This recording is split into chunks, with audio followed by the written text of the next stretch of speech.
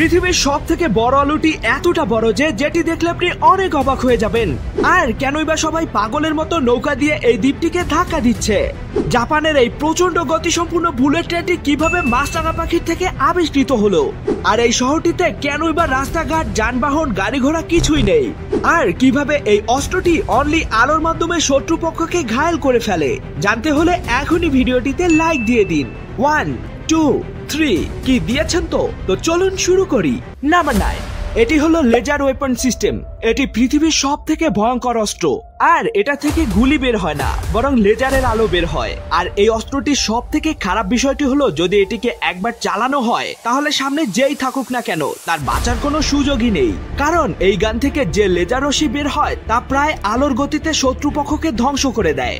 আর এই অস্ত্রটিকে এমন ভাবে তৈরি করা হয়েছে যে যদি কোনো নৌকার ইঞ্জিনকে লক্ষ্য করে শুট করেন তাহলে এটি কেবলমাত্র নৌকার ইঞ্জিনকেই নষ্ট করবে, নৌকার বাকি সব অংশের কোনো ক্ষতি করবে না। তবে এই অস্ত্রটির সব থেকে ভয়ঙ্কর ব্যাপারটি হচ্ছে, যখন এটিকে চালানো হয় তখন না এটির কোনো আওয়াজ হয় বা না এটিকে দেখা যায়। আর এ কারণেই কোন পাশ থেকে অ্যাটাক করে তা বোঝাই যায় না। নাম্বার 8, এই জঙ্গলে একটি বোয়িং 727 দাঁড়িয়ে আছে, যেখানে ব্রুজ নামের এক ব্যক্তি 20 বছর ধরে এখানে বসবাস করছে। কিন্তু এখন প্রশ্ন হলো, কিভাবে এই প্লেনটি জঙ্গলের মাঝে আসলো? আর কেনই বা ব্রুজ নামের এই লোকটা জঙ্গলের মাঝে একা একা বসবাস করছে? তবে এই বিষয়গুলো জানার আগে এটা দেখুন। এটাতে কারেন্ট, ওয়াইফাই, ওয়াশরুম, রান্নাঘর সবকিছুই আছে, যেগুলো ব্রুজ তার থাকার জন্য নিজেই বানিয়েছে। আসলে প্লেনের বডিগুলোকে ওয়েদার প্রুফ ম্যাটেরিয়াল দিয়ে তৈরি করা হয়, আর যার কারণে এত বছরেও প্লেনটির কোনো ক্ষতি হয়নি। এখন আপনি যদি ভাবেন এই প্লেনটি ক্র্যাশ করে এই জঙ্গলে পড়েছে, তবে এমন কিছু মোটেও নয়। আসলে পৃথিবীতে প্রতিদিনই 3টি করে পুরাতন প্লেনকে নষ্ট করে ফেলা হয়। সেরকমই একটি পুরাতন প্লেনকে ব্রুজ $1 লক্ষ, মানে বাংলাদেশি প্রায় 1 কোটি টাকা দিয়ে কিনেছিল। কেনার পর সেটিকে অরিগানের জঙ্গলে নিয়ে আসে। আর এই জঙ্গলে ব্রুজ অনেক বছর আগে $26,000 দিয়ে 10 বিঘা জমি কিনেছিল। আর সে জায়গাতেই এই প্লেনটি দিয়ে একটি ঘর তৈরি করে। বর্তমানে এটি একটি টুরিস্ট স্পট হিসেবে পরিচিতি লাভ করেছে। প্রতি বছর এই বাড়িটি দেখতে অনেক মানুষ এখানে বেড়াতে আসে। নাম্বার 7, যদি আপনি কোথাও এই মাকড়সাকে দেখতে পান তাহলে ভুলেও এর কাছে যাবেন না। আর যদি ভুল করে কখনো এর পাশে যান তাহলে যা ঘটবে তা জানলে আপনি অনেকটা অবাক হয়ে যাবেন। আসলে এটি কোনো মাকড়সা নয়, বরং মাকড়সার মতো দেখতে ভয়ঙ্কর একটি সাপের লেজ, যেটি দেখতে পুরো একটি মাকড়সার মতো। আর এই সাপটির নাম হলো স্পাইডার টেইলড হর্নেট ভাইপার। আর এই সাপটির গায়ের রং পুরো পাথরের মতো হয়ে থাকে, যার ফলে এটি শিকার ধরার জন্য পাথরের মধ্যে নিজেকে লুকিয়ে তার মাকড়সার মতো লেজটিকে এভাবে নাড়াতে থাকে। এবং যখন কোনো প্রাণী এটাকে মাকড়সা ভেবে শিকার করতে যায় তখন সে নিজেই শিকার হয়ে যায়। তাহলে বুঝতেই পারছেন, আপনি যদি ভুল করে এর পাশে যান তাহলে আপনার অবস্থা কি হতে পারে। নাম্বার 6, এই ভিডিওটিতে একসাথে কিছু নৌকা মিলে একটি দ্বীপকে ধাক্কা দিচ্ছে। কিন্তু কেন? আসলে আমার তো প্রথমে মনে হয়েছিল এরা হয়তো নেশা করে এমনটা করছে, কিন্তু এমনটা মোটেও নয়। আসলে এটি হলো আমেরিকার চিপেওয়া হ্রদে তৈরি এমন একটি ভাসমান দ্বীপ, যা আসলেই ভেসে বেড়ায়, যেটাকে ওখানকার লোকেরা নৌকা দিয়ে ধাক্কা দিয়ে হ্রদের এক প্রান্ত থেকে অন্য প্রান্তে সরিয়ে নিয়ে যায়। এর প্রধান কারণ হলো, যখন দ্বীপটি ভেসে ভেসে এই ব্রিজটার কাছে চলে আসে তখন ব্রিজটা ভেঙে যাওয়ার ভয় থেকে যায়। আর এই ব্রিজটি মেইন দুটি এলাকাকে সংযোগ করে রেখেছে। 1923 সাল থেকে এই ভাসমান দ্বীপটি ব্রিজটাকে ভাঙার চেষ্টা করছে। আর প্রতি বছর এভাবে এলাকাবাসীরা নৌকা দিয়ে ধাক্কা মেরে দ্বীপটাকে সরিয়ে ব্রিজটাকে রক্ষা করে। নাম্বার 5, প্রথম বিশ্বযুদ্ধের সময় এটি ছিল তখনকার সময় সব থেকে ভয়ঙ্কর মেশিন গান।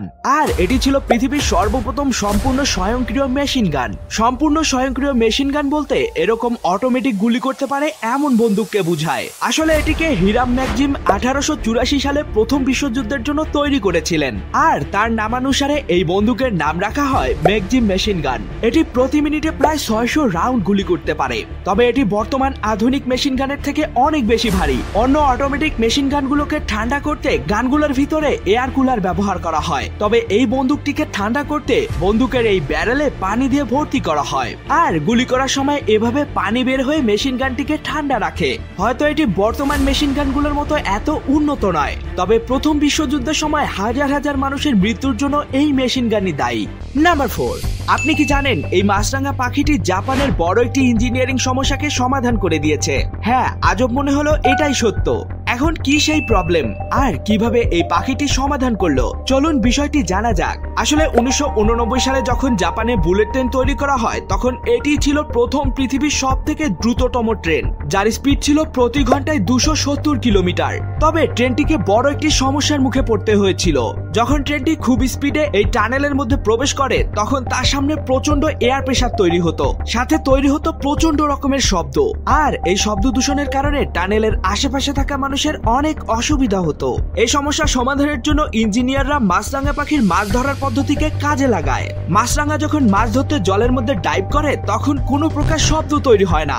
আর মূলত মাছরাঙা পাখির আকৃতিকে কপি করে এই বুলেট ট্রেনের এমন ডিজাইন করা হয়। নাম্বার 3, আপনি কি জানেন আমাদের পৃথিবীতে এমন একটি শহর আছে যেটি সম্পূর্ণ পানির উপর অবস্থিত। শহরটিতে চলাচলের জন্য কোনো প্রকার রাস্তা নেই, তাই সেখানে কোনো গাড়ি বা যানবাহনকে দেখতে পাবেন না। তাহলে সেখানকার মানুষজন কিভাবে বসবাস করে আর কিভাবেই বা যাতায়াত করে? আর এই শহরটি কোথায় অবস্থিত, চলুন জানা যাক। এই শহরটি হলো পৃথিবীর সব থেকে সুন্দর শহরগুলোর মধ্যে একটি, যেখানে প্রতিদিনই হাজার হাজার মানুষ ঘুরতে যায়। আসলে এই শহরটি ধীরে ধীরে পানির মধ্যে ডুবে যাচ্ছে, তাই শহরটি সম্পূর্ণ পানির উপর থাকার জন্য সেখানে একটি গাড়িও দেখতে পাবেন না, কারণ সেখানে সবাই যাতায়াতের ক্ষেত্রে গাড়ির পরিবর্তে নৌকা ব্যবহার করে। আর এই শহরটি ইতালিতে অবস্থিত, যার নাম ভ্যানিস, আর এটিকে ডুবন্ত শহরও বলা হয়। নাম্বার 2, শার্ক বা হাঙরের শ্বাস প্রশ্বাস নেওয়ার পদ্ধতি বাকি সব মাছ থেকে পুরাই আলাদা হয়ে থাকে। আসলে শার্কের কোনো এয়ার ব্লাডার থাকে না, এ কারণে শার্ককে সর্বদা সাঁতার কাটা লাগে নিজের শ্বাস প্রশ্বাসকে চালু রাখার জন্য। যদি শার্ক সাঁতার কাটা বন্ধ করে দেয়, তাহলে শার্ক শ্বাস প্রশ্বাস নিতে পারবে না, মানে সাঁতার না কাটলে শার্ক মারা যাবে। আর এ কারণে শার্ককে সর্বদা সাঁতার কাটতেই থাকতে হয়। আমার মতো আপনারও হয়তো নদী কিংবা হাওরের পাড়ে সময় কাটাতে অনেক ভালো লাগে। তবে আমাদের আজকের প্রশ্নটি হচ্ছে, পৃথিবীতে সব থেকে বেশি নদী কোন দেশে রয়েছে? দেখি আজ এই প্রশ্নটির উত্তর কে কে আমাকে কমেন্টে জানাতে পারে। আর সাথে তথ্যপূর্ণ চ্যানেলকে অবশ্যই ফলো এবং সাবস্ক্রাইব করে রাখবেন। আর কে কোন জেলা থেকে দেখছেন, উত্তরের সাথে সেটিও আমাকে কমেন্টে জানিয়ে দিবেন। নাম্বার 1, এই যে আলুটিকে আপনি দেখছেন, এটি বিশ্বের সব থেকে বড় আলু। এর ওজন পুরো 6 টন। তবে মজার ব্যাপার হলো, এটা কোনো আলু নয়, এটি একটি বাড়ি, যেটি পুরো আলুর আকৃতিতে তৈরি করা হয়েছে। আর এই বাড়িটি অনেক লাক্সারিয়াস ভাবে বানানো হয়েছে।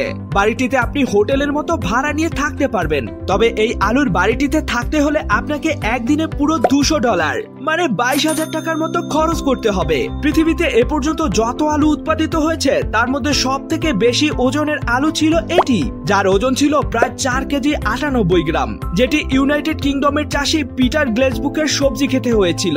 আর পিটার সব থেকে বড় আলু উৎপাদনের জন্য তার নামটি গিনেস ওয়ার্ল্ড রেকর্ডে লেখা হয়েছে। এই সকল তথ্যগুলো তো আপনি জেনে গেলেন, কিন্তু আপনি কি জানেন আমাদের সবার প্রিয় এই আইফোনের এমন কিছু আজব তথ্য যা আপনাকে অনেক বেশি অবাক করে দিবে? আর এই দেশটিতে কেনই বা স্বামী স্ত্রী একসাথে 50 বছর থাকলে সে দেশের প্রধানমন্ত্রী তাদের পুরস্কার প্রদান করে? আপনি জানেন কি বিশ্বের সব থেকে বেশি কফি কোন দেশে উৎপাদিত হয়? আর এই দুইটা দেশে অক্টোবর মাসে গেলে কেন সবাইকে ফ্রিতে খেতে দেয়? এবং এই মুহূর্তে ঠিক আপনার মতো কতজন মানুষ ইন্টারনেট ব্যবহার করছে? ভিডিওটিকে এখনই দেখে নিন, এটিও কিন্তু অনেক অ্যামেজিং একটি ভিডিও। আবার দেখা হবে সামনের কোনো ভিডিওতে, ততক্ষণ পর্যন্ত কিপ দ্য নলেজ।